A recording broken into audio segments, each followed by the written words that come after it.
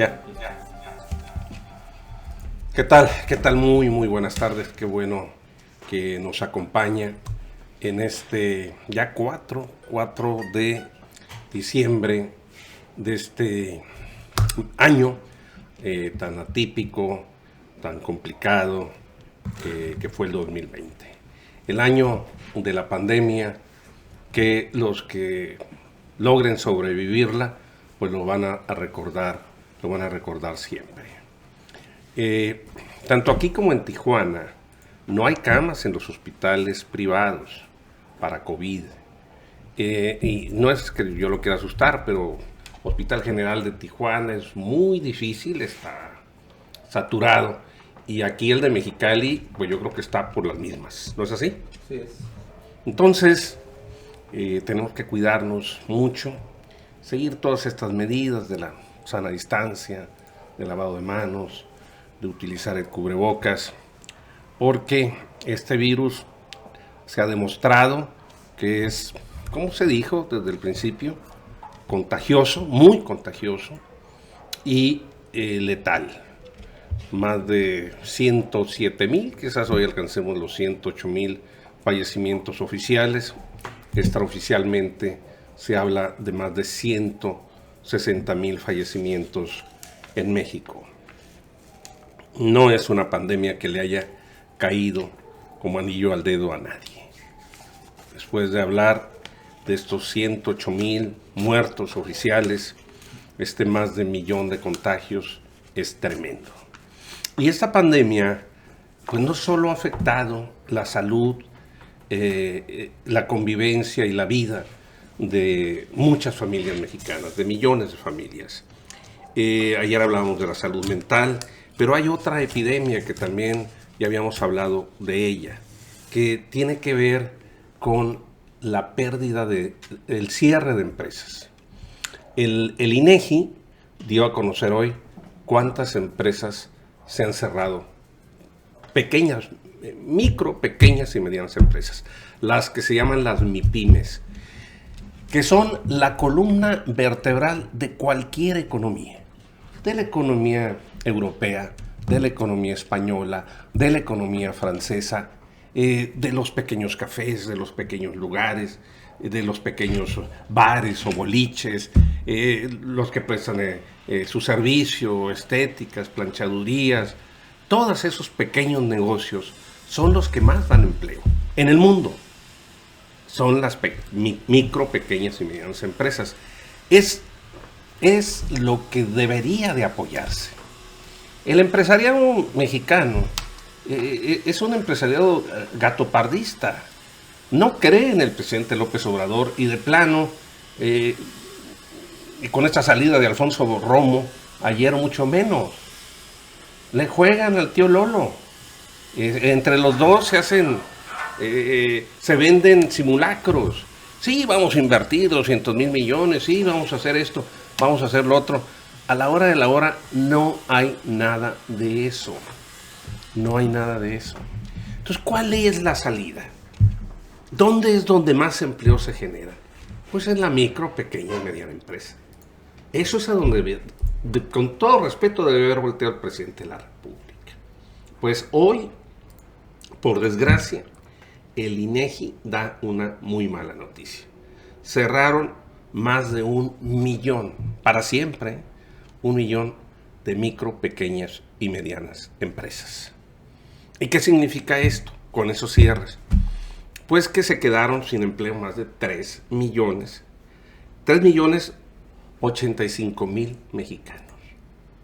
Entre los empresarios de las MIPYMES, más esto, pues imagínense, ahí van pues casi 4 millones. Pero las otras MIPYMES, pequeñas, medianas empresas, las que sobrevivieron, eran al inicio del año 4,900,000 empresas. Hoy hay 3,850,000. O sea, se perdieron más de 1,000,000. Y de las que cerraron, recapitulando, pues se quedan sin trabajo más de 3 millones de personas. Pero las que se achicaron, que tuvieron que reducir costos, nómina, pues se quedaron afuera 1.115.000. 1.150.000, perdón. Entonces, más de 4.012.000 personas se quedan sin trabajo, sin empleo. Y eso yo creo que es algo que debe de preocuparnos a todos, que debe de entristecernos, porque ¿cuál es la apuesta de alguien que no quiere, por ejemplo, irse a trabajar a la maquiladora? Un joven, pues pongo mi negocio, ¿no? Pongo mi negocito, quiero ser independiente, quiero tener patrón, quiero ganar más. Y bueno, pues contrato a uno, contrato a otro para que me ayude a hacer el negocio. Emprender es algo muy bonito, pero pues no siempre ha sido fácil. Hemos hecho muchos reportajes cuando empezábamos este programa hace unos 18 o 20 años, de cómo, me acuerdo de Eduardo Martínez Palomera Ángel, que formó ese grupo emprendedor, de poner pequeñas empresas, de hacerte de tu patrimonio. Muchas han sido muy exitosas.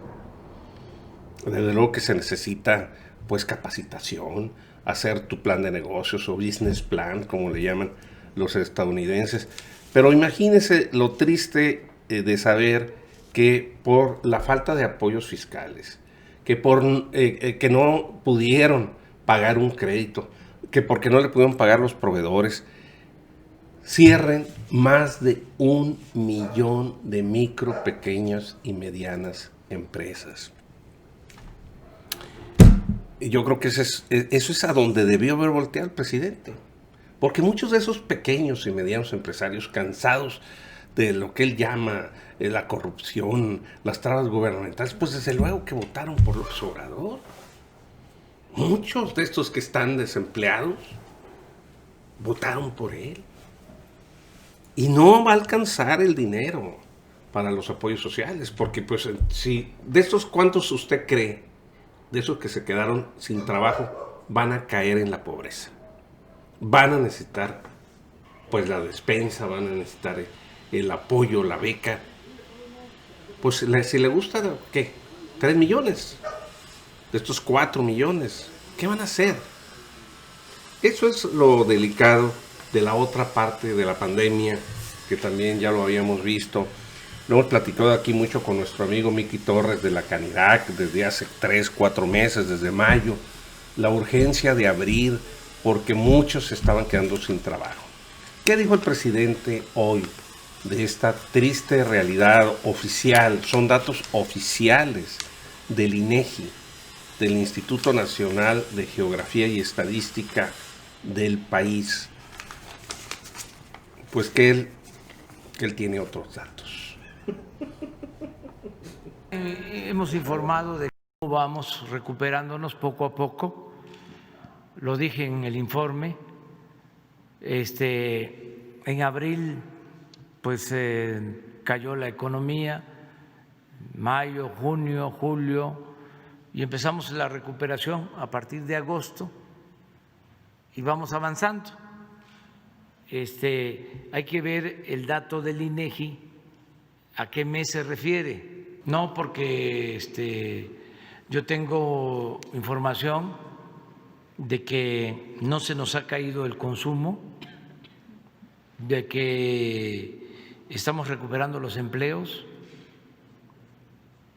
no tenemos escasez de alimentos, no hay carestía de la vida, no hay devaluación del peso, no nos hemos endeudado, no han aumentado los impuestos. Lo dije hace 2 días y lo repito ahora, vale menos la gasolina hoy que el 1 de diciembre del 2018, cuando entré. Entonces, ahí vamos avanzando.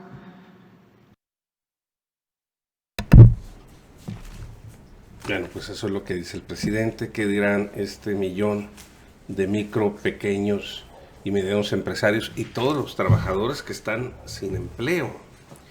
Que son muchísimos en este país, son millones, entre los que se dedicaban al comercio informal, los que vendían en los tianguis, en esto. El consumo no se ha caído en dónde. Ese es un problema muy serio, no reconocer que no se apoyó a los micro y pequeños empresarios. Anteayer, el presidente Joe Biden dijo algo, se refirió al alma de Norteamérica. Y el alma del norteamericano es precisamente la pequeña empresa. Y dijo el presidente Biden, vamos a recuperar la economía a partir de la clase media y de los sindicatos que son los que han hecho este país. Esa es la aspiración de muchos. La aspiración de cualquier pobre, ¿cuál es? Pues salir de pobre, no quedarse en la pobreza toda la vida. Y para salir de la pobreza está probado, no se necesita ser genio, es la educación y el empleo, crear empleo. Y para crear empleo, pues ya se sabe cuál es la medida, ¿no? Pues para crear empleo se necesita invertir, se necesitan inversiones, se necesita crear empresas. Si se crean empresas, pues se crea empleo. O sea, no se puede vivir de dádivas. Qué bueno que se apoya a los pobres, a las personas adultas mayores. Muy contentas una persona, amigos, personas mayores, que si recibe una pensión de 3,000 pesos al Seguro Social, recibir 2,500 pesos cada 2 meses, como dijo un compañero aquí de la tercera edad el domingo pasado, pues oye, pues eso es una gran ventaja, ¿no? Porque no lo tenías. Pero yo me refiero, por ejemplo, a un gran socialista, que es un pequeño empresario. Maneja su tractor, cultiva la tierra, vende sus productos. Se llama José Mujica, fue presidente de Uruguay. Dijo, yo soy socialista, pero no soy bobo. Y yo creo en el capitalismo, en las mieles del capitalismo. El capitalismo desarrolló la tecnología, multiplicó el trabajo, la ciencia. No podemos ser enemigos de algo que ya vimos que fracasó en la Unión Soviética, en la Europa Oriental, en el propio Cuba, que fue el socialismo. Como credo, pues alguien puede creer, le digo, hasta en San Judas Tadeo si quiere, o en San Judas el otro, Iscariote, o en Malverde, lo que quieras. Pero el credo capitalista, esa creencia, o sea, religión, pues es la que ha sacado de pobres a muchos países. Y no hay de otra más que invertir y crear empleos para poder multiplicar los panes. Bueno, hoy también, ¿a qué se refirió más el presidente en su mañanera? Pues a la logística, ¿no? De la distribución ¿De qué? De la vacuna. La vacuna, mire, hay que cuidarnos porque habíamos dicho que iban a llegar 34 millones de vacunas. No, van a llegar 300,000. Y son 2 dosis. Y a quien primero se debe aplicar, como debe de ser, es al sector sanitario, a los médicos, a las enfermeras, a los que están en la primera línea de la salud, al ejército y bueno, después a las demás personas. Pero de nuevo, cuídese porque el repunte, que no rebrote, porque nunca ha parado la curva esa de Gatell, que le deben de dar al doctor Gatell por sus conocimientos, transformó la geometría. Le deben dar el premio Nobel de Geometría. La curva aplanada, pues nomás se la vio plana en algún momento, pero nunca se aplanó. Entonces lo de la vacuna va a tardar meses en que tal vez a usted le toque. Y para que nos toque la vacuna, pues debemos de cuidarnos.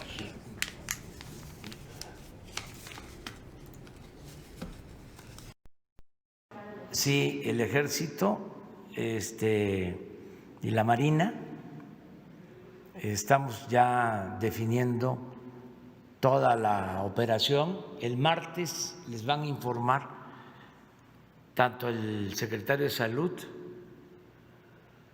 como el subsecretario, o sea, el doctor Alcocer, el doctor Hugo López-Gatell y también el secretario de Relaciones Exteriores, ya el martes próximo, de cómo está organizado lo de la distribución para la vacunación, quiénes van a ser primeros. Desde luego estamos procurando de que todos puedan ser vacunados, va a ser universal, gratuita la vacuna. Tenemos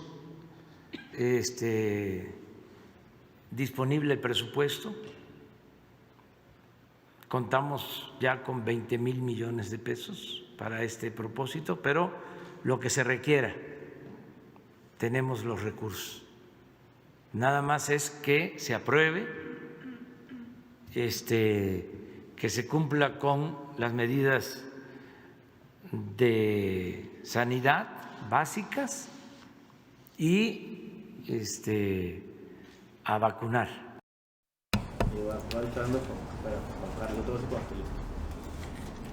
¿Está Juan Carlos ahí? Ya te voy a decir cuando esté listo. Bueno, vamos a platicar, fíjese, de hace como unos, ¿qué fue? 90, 91, 90, hace unos 30 años de Beijing. Beijing se hizo ciudad hermana de Mexicali, la ciudad china, y nos mandó una pagoda que se instaló, quienes vivieron en Mexicali, ahí en la línea internacional. Y ahora con todos estos movimientos que se hicieron, hubo una muy buena idea de la administración de Marina del Pilar Olmedo, y la instalaron ahí por la López Mateos, en el centro de la ciudad. Usted sabe que Mexicali pues está hermanada con esta ciudad, porque pues aquí pues realmente nuestra comida, pues aparte, ya ni los tacos de carne asada, porque ya nos ganaron los de Tijuana. Creo que eso es mejor tacos allá con Tijuana. ¿No? No, ¿qué pasó? Todavía no. Bueno, ese da. Bueno, ese da. ¿Cerraron la tormenta, no? Bueno, estamos ahí empatados. No, La tormenta del desierto, pues es de primera. Un saludo ahí a mis amigos de la tormenta. ¿La cerraron? ¿Ya cerró otra vez la tormenta? Coepri. Cofepris la cerró. Oye, Marco Aurelio, que quiere ser candidato y cierra la tormenta del desierto, un grave error. Así no vas a llegar ni a la esquina, amigo, cerrando la tormenta del desierto. Bueno, y se inauguró esta pagoda, se cambió de lugar a esta glorieta ahí por la López Mateos. En esta glorieta, por cierto, hace unos años, 20 y tantos años, los caballeros de Colón pusieron ahí una estatua de Cristóbal Colón y le cortaron la cabeza, la decapitaron. Ahí está la alcaldesa, quien trabajó esto, fue precisamente siendo alcalde en ese tiempo, Miltoncito Castellanos Gout, y bueno, pues quedó muy bien, luce mucho en este lugar donde se puso. Se había puesto al cruce de la línea, pero digo, con todos estos cambios que hubo, pues ya realmente estaba olvidada. Qué buena idea de cambiarla, y es un símbolo pues de esta gran amistad que tenemos con la comunidad china, de los cuales pues tenemos obviamente pues muchos amigos como Tío Canuto, como Beto Lee, como Celia, el chino americano Alan Lee, que es el único chino que más que la comida china le gusta mucho la mexicana. Bueno, esto es lo que ahí comentó, y me da gusto verlo y verlo bien, Emilio Castellanos Gout. Ya se pueden imaginar el gusto, la alegría que siento de estar aquí, el agradecimiento de que me hayan tomado en cuenta para estar con ustedes en esta reubicación, celebrando esta reubicación de la pagoda, que es un símbolo de la amistad entre dos pueblos, La donación de la pagoda la hace nuestra ciudad hermana de Nankín, el señor Wang Rongping, que era presidente municipal y que nos la obsequió como recuerdo de la firma del protocolo entre las dos ciudades el 14 de octubre de 1991. Creo que estabas en la primaria, Marina. 6 años. 6 años. Y 5 días después cumpleaños. Sí. Ya pasó, ya. Bueno. ¿Y qué dijo la alcaldesa? Que tenía 6 años cuando se inauguró lo de la pagoda. En el 91 algo. Bueno, a ver qué comenta sobre esto Marina del Pilar. El monumento de la pagoda china en Mexicali es el testimonio que proyecta miles de historias de la vida de migrantes chinos que llegaron con incertidumbre a esta tierra a principios del siglo XX y con sus propias manos, esfuerzo y tenacidad impulsaron el nacimiento del Valle Agrícola y consolidaron el desarrollo económico de la región, siempre conduciéndose bajo una serie de principios: respeto, solidaridad y afecto hacia esta tierra llamada Mexicali. La pagoda china es uno de los principales referentes urbanos de la ciudad. En su diseño de 2 estructuras gemelas representa la hermandad y la cultura de trabajo de la comunidad china y de la comunidad mexicalense. Hoy con esta reubicación... Muchas felicitaciones. Y bueno, Marina suena ahí como la candidata de Morena, aunque hoy se sumaron al alcalde Ayala, allá de Ensenada, Mario Escobedo Carcamán y también el superdelegado bailador Chucho Juvencio Ruiz. Está Juan Carlos Ruiz. Juan Carlos, ¿cómo estás? Allá desde Monterrey. Me imagino, Juan Carlos, que debe estar haciendo mucho frío. Gusto en saludarte, Juan Carlos. Hola Antonio, buenas tardes. Un gusto saludarte también. Y sí, ya empezó el frío. Es un frío distinto, déjame decirte. Así como el calor también, aquí dicen que llegan a 45 grados y que es impresionante. No, ya me ha tocado llevar amigos a Mexicali, de acá de Nuevo León, que dicen es otra cosa el calor de allá, y acá también se siente distinto. No. La calor no se compara de Monterrey con Mexicali para nada. Y el frío, en ocasiones sí hace más frío allá, pero no, yo creo que ahí vamos, más o menos en la época del invierno, ¿no? Con las temperaturas. Sí. Juan Carlos. El ejemplo que yo les pongo es que en Mexicali se siente como si trajeras un asador aquí enfrente todo el día. Más o menos, ¿me entienden? Hoy, Antonio, pues el día de hoy quisiera comentar con tu auditorio, con las personas que te siguen, unos datos que me parecen muy interesantes.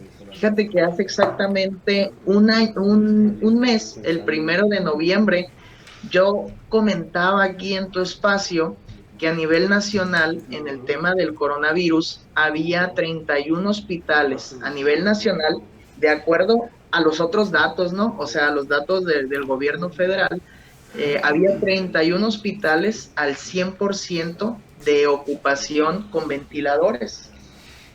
A mí me llamó mucho la atención porque el día de ayer sale Hugo López-Gatell diciendo que actualmente, al día de ayer, había 33% de ocupación en camas con ventiladores, ¿no? Pero eso es esta, diría Fernández Noroña, ahí en el pleno del Consejo Nacional del INE, da una falsa sensación de seguridad, ¿no? De decir, hay 33% nada más de ocupación. Lo que sucede es que es en las grandes ciudades, Antonio, y es ahí donde hay un gran riesgo. Claro, mira, en Mexicali, este hospital universitario, que es un hospital de estos improvisados para COVID, hay 40 camas o 45, todas están llenas. Los hospitales privados, no sé hoy, pero la semana pasada no había espacio. En Tijuana, hace 20 minutos, poquito antes de iniciar, me habló un amigo de allá, el licenciado Jicotenca Leiva, me dice, en los privados no hay. Y está el Hospital General, pero pues está saturado. Entonces, aquí el Hospital General, el segundo y tercer piso, que son para COVID, está repleto. Entonces, yo no sé en qué realidad vive realmente López-Gatell y el presidente de la República con lo que dice, pues que se acabaron los lujos, que vivimos en la austeridad. Es como decir, vivimos en la austeridad republicana, pero vivo en lo contrario a lo que sería lo republicano, que es un palacio, y lo que es la austeridad, que es el lujo de ese precioso edificio, monumento nacional, que es el Palacio Nacional, el Palacio de Cortés. Yo no sé cómo se quejan tanto de la conquista y de Hernán Cortés cuando viven en el Palacio de Cortés. Y a mí se me hace una contradicción. Yo ponía el ejemplo hace un rato de Pepe Mujica, que pues él defiende al capitalismo y demás, pero él vivía en su casita, que yo vivo en una casa modesta, pero esta es una mansión comparada a donde vivía Pepe Mujica. Nunca se quiso ir a vivir a la casa de gobierno porque pues le parecía ostentosísimo. Entonces, la verdad es que hay muchas incongruencias y el escenario catastrófico de López-Gatell, de sus 60,000 muertos, pues ya va en el doble. Yo no sé cómo se puede calificar este escenario en donde han muerto oficialmente 108,000 personas y donde los números extraoficiales, debido a la altísima mortandad inédita que se dio este año con respecto al 2019, van más de 300,000 fallecimientos que no saben de dónde salieron, y la única explicación es que son por lo menos la mitad, por lo menos, del COVID-19. Ese es el escenario que nosotros vivimos. Decir que íbamos a tener al día de ayer un sistema de salud como el de Dinamarca o Canadá, pues mira, cuando se dijo, y yo lo comenté con algunas personas, es no entender la realidad del sistema de salud de México, fragmentado, hecho pedazos durante los últimos años. Pero otra cosa que no entendemos es que Dinamarca, pues ¿cuántos habitantes tiene? ¿Cuál es su ingreso per cápita? Son más de cerca de $60,000 al año. Es el promedio de lo que ganan los daneses. Los canadienses pues ganan más de $40,000 al año y son poco más de 30 millones. Y aún así tienen problemas para los servicios de salud, para las citas, para las cirugías. México tiene 130 millones de habitantes y una población donde casi el 70% tienen son víctimas de la epidemia, pero no de la epidemia del COVID, de la epidemia de la obesidad, que genera todas estas enfermedades crónico-degenerativas que tienen postrado al sistema de salud en México. La diabetes, la hipertensión, las enfermedades del corazón, que son carísimas, y el cáncer. Entonces, pensar que vamos a tener un sistema en 2 años como el de Dinamarca o como el de Canadá, pues es una broma, ¿no? De mal gusto. Aspiramos a eso, pero ¿cuándo vamos a tener eso? No va a ser ni en este sexenio siquiera, ni de aquí a 10 o 20 años.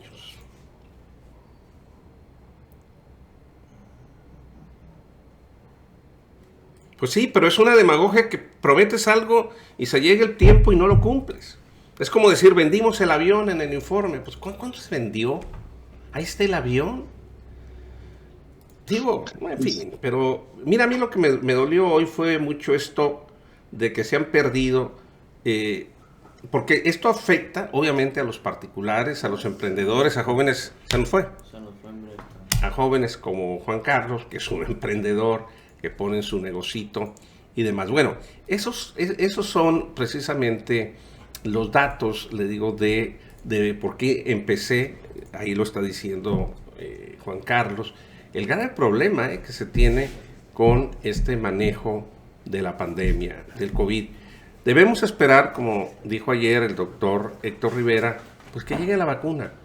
Va a llegar y qué bueno que los esfuerzos del gobierno mexicano, de Marcelo Ebrard, porque tengamos, ya estás otra vez, Juan Carlos, tengamos pronto la vacuna. Pero a ver, sígueme platicando de los hospitales. ¿Cómo están, por ejemplo, allá en Monterrey, ¿no? Que es una ciudad emblemática de nuestro país?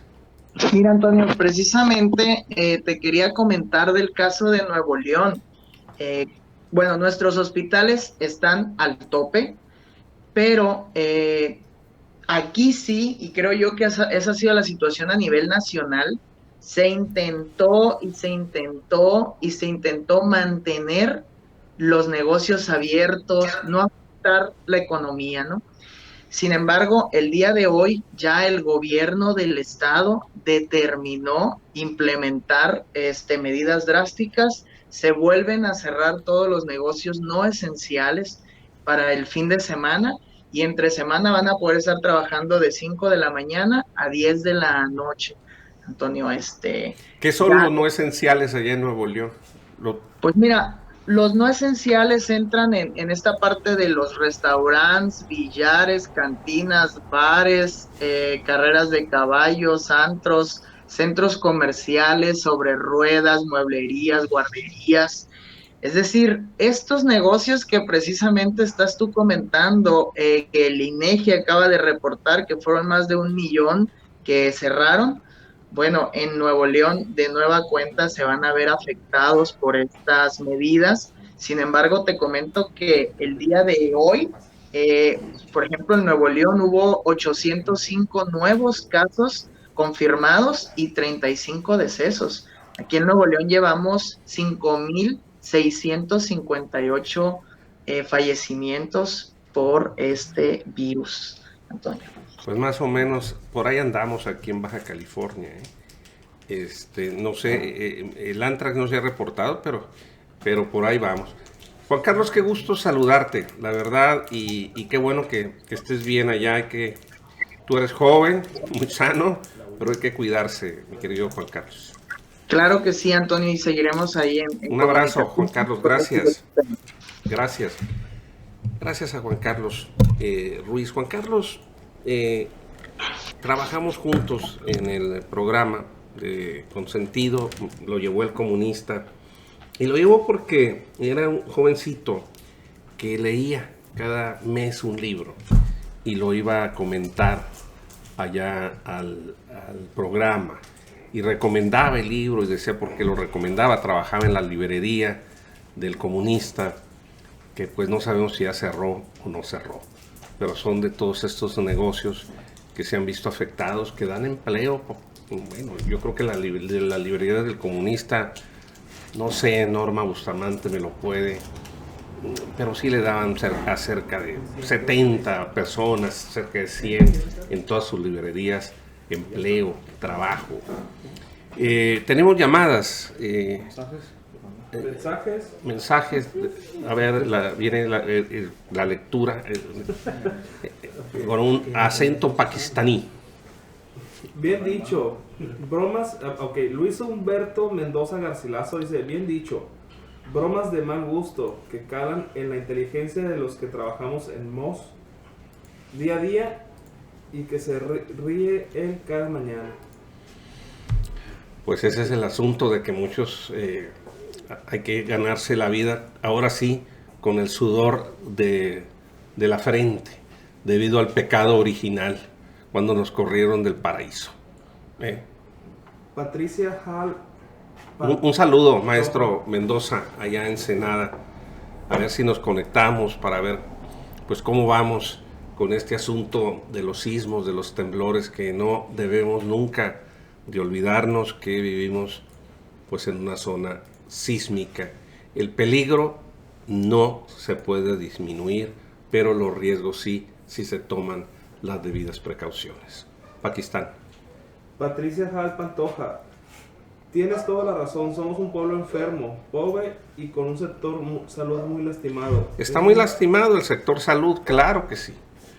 Y el presupuesto, por desgracia, este año va a ser menor que el año pasado.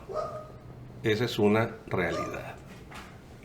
Dice Pedro Arreola Medrano, si llegas a comer tacos en la tormenta del desierto y no te enfermaste, ya eres inmune al COVID. Óyeme, Pedrito, qué humor negro el tuyo. Ahí un saludo a mis amigos de la tormenta del desierto, que los aprecio mucho. Paco Franco dice, nos costó 25 millones de pesos, refiriéndose a la pagoda, pero... No sé cuánto costó. Originalmente sé que fue una donación de la ciudad hermana de Beijing en 1991, ahí lo aclaró Miltoncito, pero no sé cuánto fue la obra de la remodelación. 25 millones, dice él. Dice, pero no es... Vamos a verificar cuánto fue el costo. ¿Sí? Pedro Arriola Medrano dice, la pobre señora Carmelita, dueña de la tienda La Nacional, nunca pudo ver el centro remodelado y parece que no se verá porque nada más es parte del norte de López Mateos. Híjole, mi querida doña Carmen Jajam, ella era una extraordinaria amiga de la comunidad china, empresaria, incansable, bueno, su tienda fue La Nacional, su centro, pero para las personas que vivieron hace 50 años en Mexicali, tenía una tienda donde vendía ropa exclusiva para mujer, trajes de aquel tiempo, de los años 40, 50, 60, que se llamaba El Modelo. Y para los niños que iban a la escuela tenía la Casa Mickey y la tienda La Nacional. Un saludo a su hijo, a nuestro amigo que está ahí ahora al frente de la tienda La Nacional. Carmen Argumedo Hernández, me gusta mucho la nueva ubicación de la pagoda china y también comenta que sí, muy mala noticia cerrar la tormenta del desierto. Sí, quedó muy bien la ubicación y no sabíamos lo de la tormenta. Saludo ya a Leti Cota y a su esposo con cariño. ¿Qué más? Pakistán. Dice Carmen Acevedo, saludo al Pakistán. ¿Y dónde está el talibán? El talibán. Van a explotar ahorita. El talibán. No los puedo juntar. Sí. Dice Mario Torres, muchas felicidades, licenciado Antonio Magaña. Gracias, Mario. Un abrazo. Ponte tu cubrebocas, por favor. Okay. Dice Antonio Aguilar, dice, se necesitan créditos para rentar locales en el centro para reactivar la economía en la zona. Totalmente de acuerdo, Antonio. Tocayo, un abrazo. Tenemos a Luis Santillán. Luis Santillán. Ahorita te lo conecto. ¿Qué dice Luis? Pues a ver cómo andamos. A ver, sigue por favor, Pakistán. Dice Sergio Antonio Cruz Velázquez. Desgraciadamente la realidad es brutal. Contrario a la política del gobierno federal, crece la inseguridad, el ahorro en el gasto público y es para pagar obras caprichosas y se deja de atender al pueblo enfermo de cáncer mientras la pandemia cae a López como anillo al dedo. Es una desgracia realmente lo que nos pasó este 2020 con la pandemia y muy triste todo lo que está pasando en el país, no solo con la pandemia esta del coronavirus, sino la otra pandemia, la pandemia que tiene que ver con el quiebre de tantas empresas y la pérdida de millones de empleos en el país. Eso es sumamente grave. Luis, ¿cómo estás? Luis Santillán, ¿cómo estamos, Luis?